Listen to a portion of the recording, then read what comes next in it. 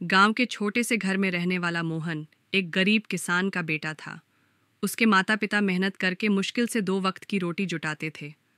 मोहन हमेशा अपने माता पिता के चेहरे पर खुशी देखना चाहता था।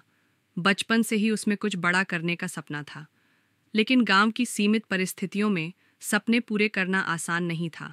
मोहन शहर पहुंचा तो वहां की चमक धमक और भीड़ ने उसे असमंजस में डाल दिया, लेकिन उसने अपने सपनों को टूटने नहीं दिया। उसने एक छोटे से ढाबे में काम करना शुरू किया। वहां खाना बनाने और परोसने का काम सीखने लगा। उसने समझा कि लोग स्वादिष्ट और सस्ते खाने को बहुत पसंद करते हैं।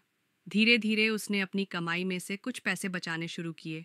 कुछ महीनों बाद मोहन ने सोचा, अगर मैं खुद का छोटा सा खाने का ठेला लगाऊं तो शायद कुछ बेहतर कर सकूं। उसने अपनी बचत से एक ठेला खरीदा और स्वादिष्ट पराठे बनाकर बेचने लगा। वह ग्राहकों से हमेशा मुस्कुराकर बात करता और उनकी पसंद का ध्यान रखता। उसकी ईमानदारी और मेहनत से ग्राहक बढ़ते गए। धीरे धीरे मोहन ने ठेले से एक छोटी सी दुकान तक का सफ़र तय किया। उसने अपने खाने की गुणवत्ता और सेवा में कोई कमी नहीं आने दी। लोग उसके खाने के दीवाने हो गए। फिर उसने अपने कारोबार को और बढ़ाया। कुछ सालों में वह एक बड़े रेस्टोरेंट का मालिक बन गया।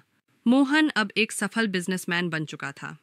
उसने शहर में कई शाखाएं खोली और अपने काम में अन्य लोगों को भी रोजगार दिया।